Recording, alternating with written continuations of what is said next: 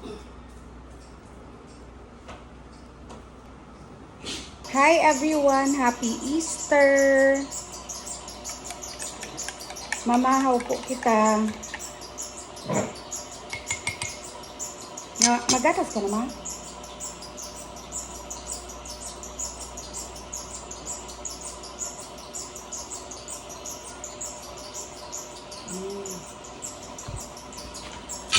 Breakfast na daw si mama.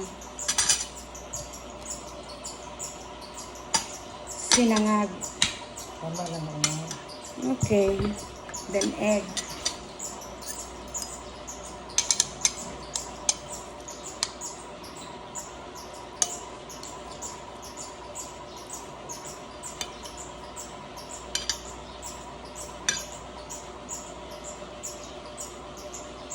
Hindi ko na napakita sa inyo na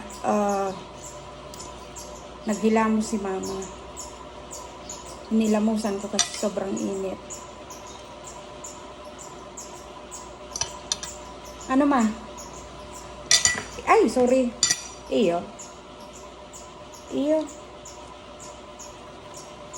So, marami nagtatanong kung pwede daw, i-suggest daw na lagyan ng straw pag umiinom si mama.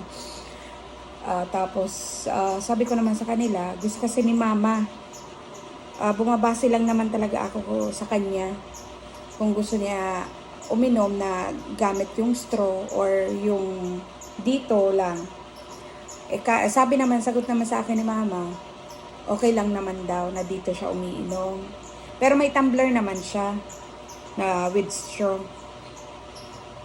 Kaya okay lang naman daw. Ano ma? Okay lang sa'yo? Ano?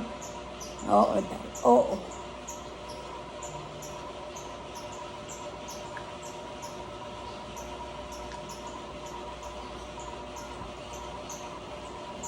Pag sa umaga, umiinom talaga siya ng gatas.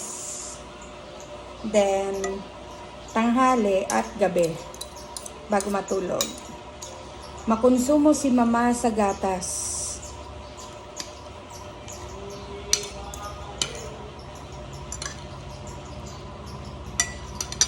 Magusto mong pansit?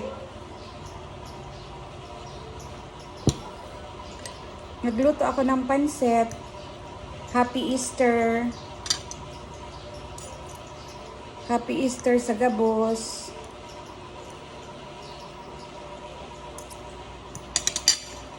Kain po.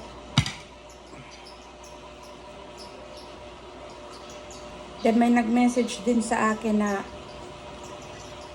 ewan ko ba kung yung magulang niya o asawa niya na nahihirapan daw mag-swallow, lumunok ng pagkain dahil may Parkinson's. Sabi ko naman sa kanya, yung nanay ko naman hindi naman nahihirapan. Isang dekada na din si mama merong Parkinson's. Tapos may iba naman doon nag-comment na nahihirapan daw sila. Yung tatay kasi nila or yung isa sa magulang niya nilalamig daw parate. Sa akin naman baliktad, yung itong si mama palaging mainit yung katawan. So comment nga kayo kung bakit iba-iba. Yung nanay ko parang 40 kung sa may sakit, may fever, yung isang tao, mainit. Yun ang nanay ko. Ewan ko kung bakit palaging mainit yung katawan niya. Palagi siyang umiiyak pag mainit. Grabe siya pagpawisan. Siguro iba-iba yung may Parkinson's,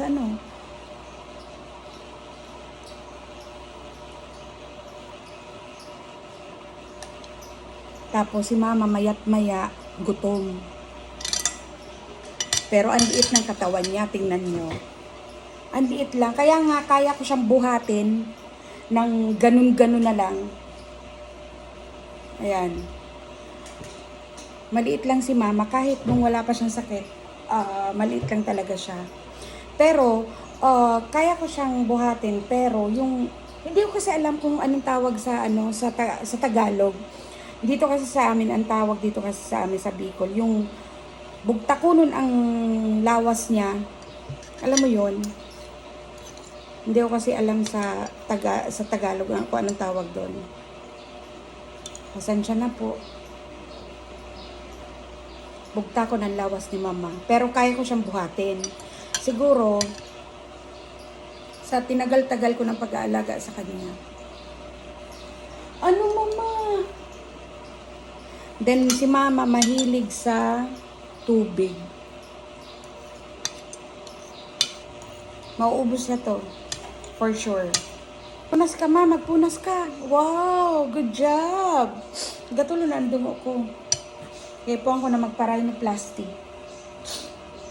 Paras kita mo.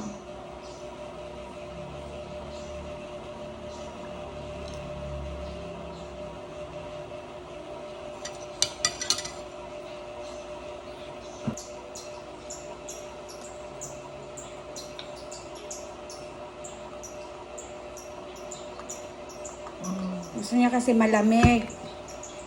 Pati itong gatas niya. Gusto niya din malamig. Tignan niyo, oh, galing ni mama. Ang galing-galing ni mama. Ano ma? May buhok? May buhok? Gara, ako na. Muklat na, muklat. Guwapa?